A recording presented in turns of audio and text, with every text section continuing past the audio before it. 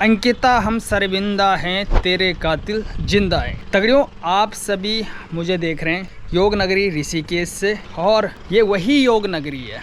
इसे हमारे देश में योग नगरी, धर्म नगरी, संतों की नगरी ज़रूर बोलते हैं, लेकिन योग नगरी अब वैसी योग नगरी नहीं रही है जैसे कि पहले हुआ करती थी किसी टाइम में, हमारे पूर्वजों के टाइम में। योग नगरी में अब अवैध शराब, ड्रग्स, नशा बहुत ज़्यादा प्रचुर मात्रा में चल रहा है, जो कि मुझे बताने की ज़रूरत नहीं है, आप सभी भी बहुत अच्छी तरीके से जानते हैं। और अंकिता भंडारी उत्तराखंड की बेटी के साथ जो अन्याय 2 साल पहले हुआ था और 3 आरोपियों को सज़ा मिल चुकी है, आजीवन कारावास की सज़ा।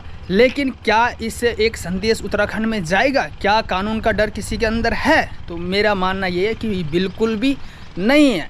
अगर किसी भी अदर कंट्री में ये केस होता तो अभी तक आरोपियों को फांसी की सज़ा हो जाती। अब क्या करें, हमारे देश में तो कानून ऐसा ही है। अब कुछ टाइम बाद तो कुछ लोग जो है आरोपी के लिए हाई कोर्ट, सुप्रीम कोर्ट में अपील डाल देंगे, फिर जो है अदालत बोल देगी कि हाँ भाई, व्यवहार जो है आरोपियों का थोड़ा बदल गया है, अब ठीक हो गए हैं 15-20 साल बाद, और फिर छूट जाएंगे। कब तक हमारे देश में ऐसे अन्याय होता रहेगा ये मैं नहीं जानता हूँ, क्योंकि भाई कानून तो ना मेरे हाथ में, जिसकी सरकार होते है उसका जज भी होता है और सब कुछ उसी का होता है, तो कंट्रोल सब कुछ सरकार के हाथ में ही होता है। सरकार चाहे तो कुछ भी कर सकती है, लेकिन जो सज़ा अंकिता के माता पिता ने बोला है कि फांसी की सज़ा, वो सज़ा नहीं मिले, जिस वजह से उत्तराखंड की जनता संतुष्ट बिल्कुल भी नहीं है। और एक बात मैं और कहना चाहता हूँ कि सरकार प्लीज़ ऋषिकेश योग नगरी, धर्म नगरी में अवैध शराब, अवैध जो नशा चल रहा है उसको प्लीज़ रोके, क्योंकि यहाँ पे हमारे युवा पीढ़ी बहुत ज़्यादा बिगड़ चुकी है। यहाँ पे ऐसे ऐसे गुंडा राज चलता है,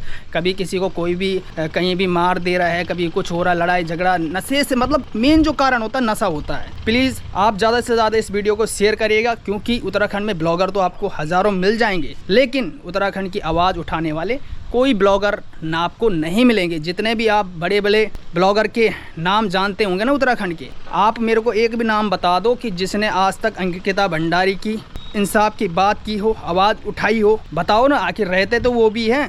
ब्लॉगर का अर्थ ऐसा नहीं होता कि आप अपने जीवन से रिलेटेड वीडियो ही दिखाओ और हो गया साहब, ऐसा नहीं। मेरा मानना ये है कि ब्लॉगर वो होता है इंसान जो कि आपके उत्तराखंड में क्या क्या हो रहा है, आपको जनता की पीड़ा, आपको हर किसी के साथ, अगर किसी के साथ अन्याय हो रहा है तो उसकी आवाज़ आपको बनना पड़ेगा, उसे ही असली ब्लॉगर कहा जाता है। तो मैं उत्तराखंड के ब्लॉगरों को भी एक ही बात कहना चाहता हूँ कि प्लीज़ अगर आप उत्तराखंड में रहते हैं तो उत्तराखंड की जो पीड़ा है, यहाँ की समस्या है, यहाँ की शिक्षा स्वास्थ्य है, उसको भी आप जो एक्सप्लोर करिए, बताइए, चाहे वो पहाड़ों की शिक्षा है, स्वास्थ्य हो, चाहे वो शहरों की हो, कहीं की भी हो, ताकि हम काफ़ी ज़्यादा डेवलपमेंट और इनक्रीज़ करें अपने आप को, खुद को। जय देवभूमि उत्तराखंड।